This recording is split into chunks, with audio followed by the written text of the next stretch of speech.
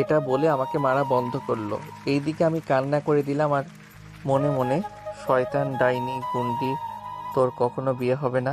কেউ নিরীহ বাচ্চাকে এমন করে মারে? দেখ, তোকে আমি মারতে চাই না, তারপরেও তোর কাজের জন্য তোকে মারতে হয় না। তুই আমাকে বাধ্য করিস তোকে মারতে। কেন গিয়েছিলি ওই মুটকির বাড়ির সামনে? মোটকি থুকু তানি আপুর সাথে কথা বলতে আমার কথা শুনে আপুর মুখটা আবার লাল হয়ে গেল রাগে। কি, তুই ওই ডাইনির সাথে কথা বলতে রাতে তার বাসার সামনে গেলি? কই, আমার সাথে কথা বলতে তো এমন করিস না। সত্যি করে বল, কি কথা বলতে গেছিস? এটা বলে আমার কলার ধরে ফেললো। আমি তো আবার ভয় পেয়ে গেলাম। এই মেয়ে কথার আগে হাত বেশি চলে কি করে কি জানি। কিরে বল, কি কথা বলতে গেছিলি? আহ আসলে তানিয়া আপুকে আমি আর বলতে দিল না ডাইনিটা। তার আগে আপু ঠাস ঠাস করে আমার গাল লাল করে দিয়ে বলল, কি, তুই তানিয়াকে ভালোবাসিস? আর এটা বলতে রাতে তার বাসায় গিয়েছিলি?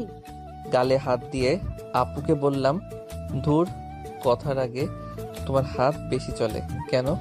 হুম, আগে আমার কথাটা শুনবা। কি, তুই আমার সামনে উঁচু গলায় কথা বলিস? তোর তো সাহস কম না। আরে আপু, আমার পুরো কথাটা শোনো। রাগী সুরে বলতে লাগলো। কি বলবি তাড়াতাড়ি বল। তুমি শুধু শুধু আমাকে বকতে এসেছো।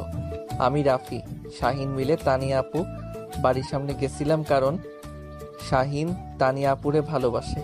আর তাই শাহিন তানিয়া আপুকে এক ঝলক দেখতে সেখানে আমাদের দুইজনকে নিয়ে গেছে। ও আচ্ছা, আমি তো মনে করছি অন্য কিছু। এমনিতে তুমি একটু বেশি বুঝো আপু, বুঝলে? হয়েছে হয়েছে, তোকে আর বলতে হবে না। কলেজে যাওয়ার জন্য তাড়াতাড়ি রেডি হয়ে আয়, আমি নিচে মামির কাছে আছি। এটা বলে মিম আপু চলে গেল আর আমি রেডি হতে গেলাম। চলেন। রেডি হতে হতে আপুর পরিচয় দেই।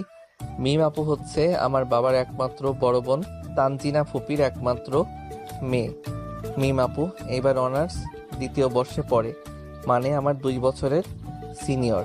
আর আমি ইন্টারে ফাইনাল পরীক্ষা দিব। এই তো আর বেশি দিন নাই। মিম আপুর বাবা একজন পুলিশ কমিশনার। ব্যাস এইটুকু, বাকি সব গল্পে থেকে জেনে যাবেন। আমি রেডি হয়ে নিচে যেতেই মিম আপু বলল, চল তাহলে ছোট আম্মু, আমি আসি, কাল আবার আসবো, কেমন? আল্লাহ হাফেজ, দেখে শুনে যেও মিম মামনি।